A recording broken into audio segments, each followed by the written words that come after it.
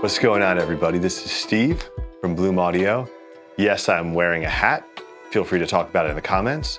But today we're going to talk about Noble Shogun. When I think about that combination of sound quality and luxury you're expecting in high-end IEMs, Noble Audio is one of the first brands that always comes to mind because they're typically not content to do a standard resin shell with 27 drivers inside and sell it for $4,000. They have a really fancy materials, some kind of unique element to the craftsmanship, a Damascus steel faceplate, or something that's precision CNC milled rather than just molded. Whatever it is, they're always doing something different with the IEMs at these upper price points. And Shogun is no exception.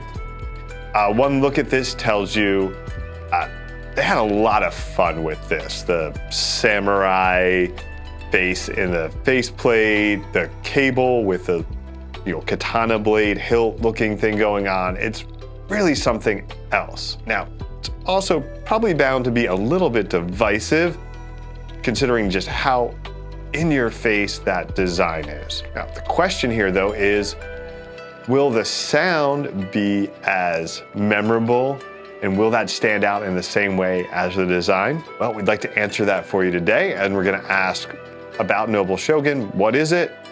Who is it for? And should you buy it?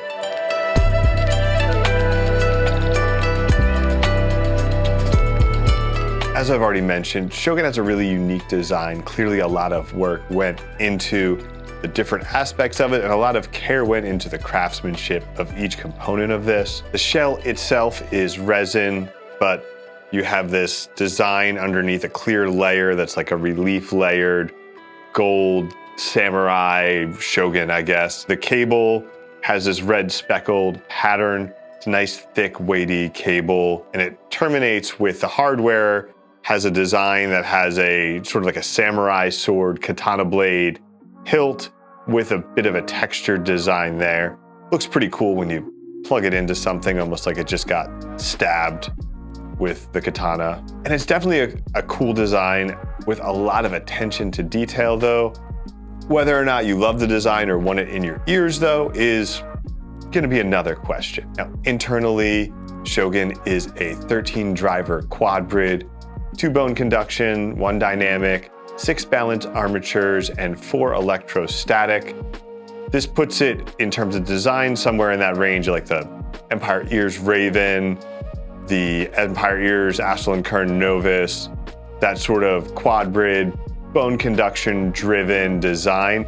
And it does have a lot of similar sonic characteristics, which we'll talk about in a little bit. As a 13 driver quad brid, Shogun is pretty large, so we'll need to be careful about the size and whether or not that's comfortable in your ear. This is on the more ergonomic and maybe slightly smaller size when you compare it to IEMs, like I mentioned, the Raven, Novus. I think it's even a little smaller than the Noble Viking Ragnar, which has less drivers, but I find Shogun to be a little more comfortable than that one. In terms of the tuning, I'd probably classify Shogun as being warm neutral.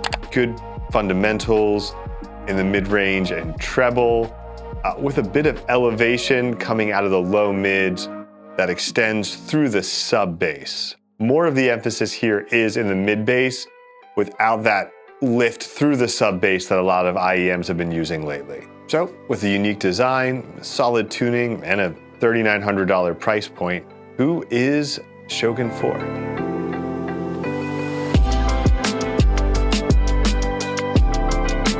In terms of the more subjective elements of the sound, one of the things that really stands out to me is Shogun has this really thick, hard-hitting bass. I think often with a lot of IEMs using a sub bass emphasis to provide that volume of bass without kind of getting in the way of the mids or other things, you do miss out on that really hard-hitting mid bass, and Shogun delivers that hard-hitting punch with kick drums, even like low toms and other things like that. As much as I love the sound of the kicks, I feel like you do lose some of the texture with that bit of warmth and mid-bass emphasis.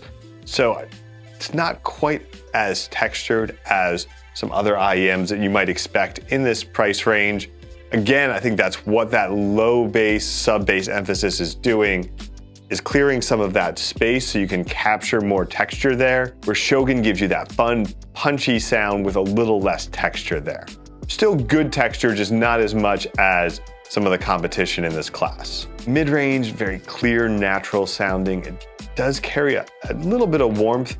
The timbre overall feels very natural, does a great job with acoustic instruments and with orchestral pieces as well, which I think is often an issue where you have a mid-bass emphasis. You can lose some of the appropriateness for film score and orchestral music, and Shogun balances that well.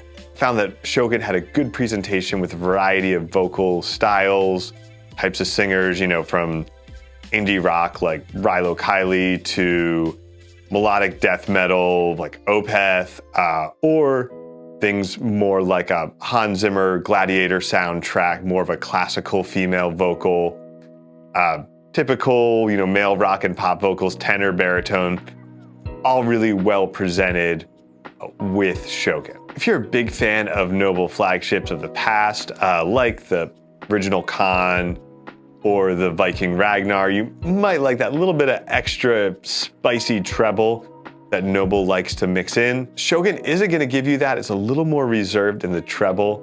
Still very clean, crisp, well extended, great resolution at the top, but it gets overshadowed a little bit by the bass. If you're like me and you appreciate well executed treble, but are also a little bit sensitive to treble, Noble kind of gives you the quality, but not the quantity here with Shogun. Now, if you've heard some of these other high-end flagship quad brids, probably know the soundstage and imaging is a big highlight here. Shogun is very wide. It matches that feeling. Big, expansive stage, great imaging.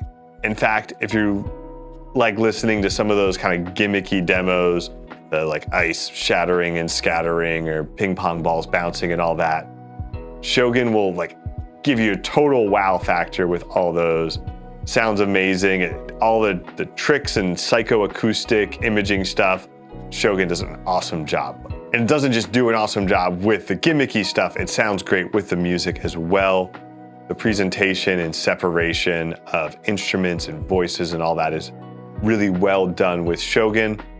Even despite that, again, that slight warmth and that mid-bass emphasis doesn't get in the way of the imaging clarity. And of course, when asking who is it for, the visual design is a big element of that.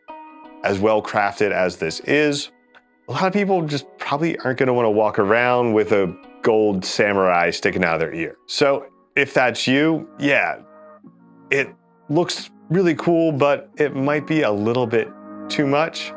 If you're not going for a flashy, showy look with your IEMs, this probably isn't the one for you. On the other hand, if you like an IEM that has a cable termination that when you plug it into a DAC dongle, makes your DAC look like it's, Guts Sword from Berserk or your Cloud from Final Fantasy or something like that, well, this might actually be the IEM for you. Which leads us to our final question of, should you buy it?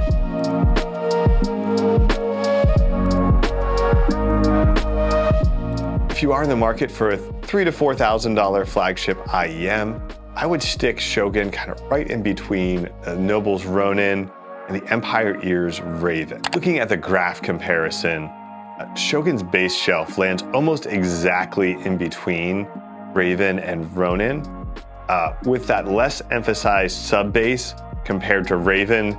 You can kind of see the mid bass matches Raven, but then it flattens out going into the lower parts of the bass, giving you again a little more mid bass emphasis and a little more of a warm sound versus that more extended sub bass of Raven.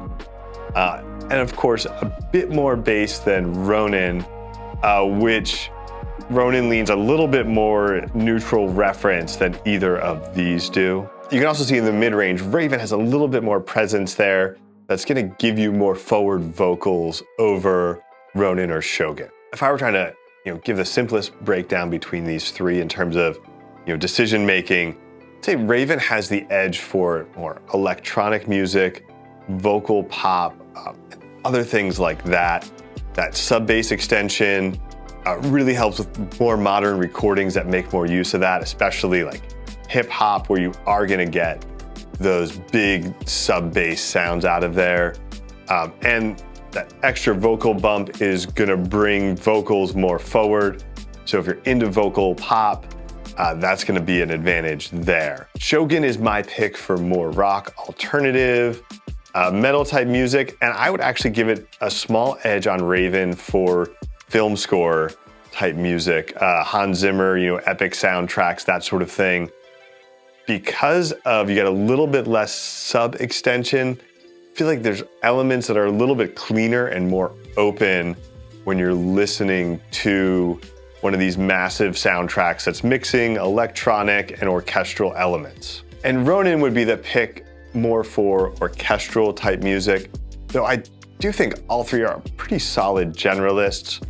None of these is going to totally suck for classic rock or beyond listenable with pop. It's just a matter of preference, again, largely having to do with how big you like that bass shelf, whether you want the more warm emphasis, the mid-bass punch, or the more extended sub-bass. And again, that little bit of extra mid-range pop on the Raven as well. Those are really the defining elements there. Ronin does give you a little bit more of this really intense separation and definition that's great for classical, but can also be really good for fusion, jazz, progressive rock, and those sorts of genres as well.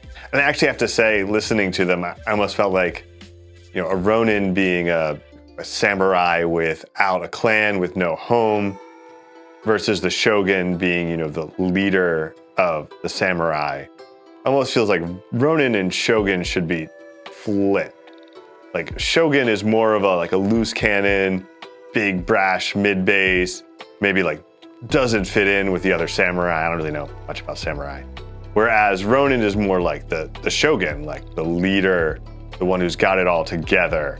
So anyway, notes for next time for the Wizard and the rest of the Noble team. Shogun, Ronin, I'm not sure. Flip the names, might be too late for that though. So the bottom line, if you're looking for a flagship level generalist IEM with a focus on soundstage imaging, that's gonna be a solid generalist, but best at that rock, hard rock, alternative family of music. Again, with also I'd say a little emphasis on live instruments and acoustic instruments being really strong there. And again, a little bit of bass head flavor to it as well. That's Shogun. Whether or not, again, you love the look, hate the look, whatever it is, definitely give it a listen. Because even if you're on the fence about whether or not you want to go on the train with a gold samurai in your ear, the sound just might make it worth it. Thanks for watching. You can check out Shogun and a lot of other great products at bloomaudio.com. Be sure to like and subscribe, and we'll be back soon with more high fidelity audio content.